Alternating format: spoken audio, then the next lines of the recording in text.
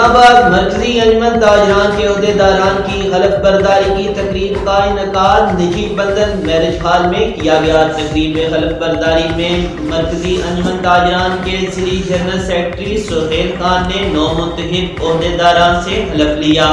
مزید اسی حوالے سے دیکھتے ہیں ہارون آباد سے ارشد علی غوری کی اس رپورٹ میں۔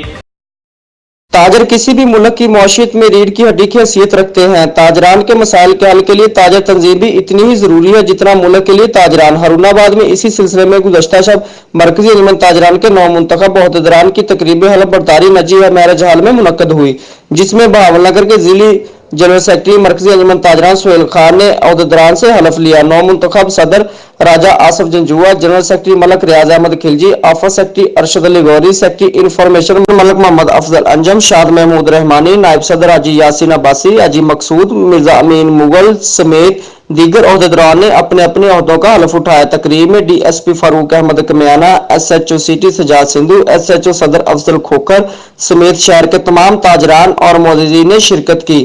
کیمرہ مین لالا اقبال کے ساتھ ارشد علی غوری، ہارون آباد۔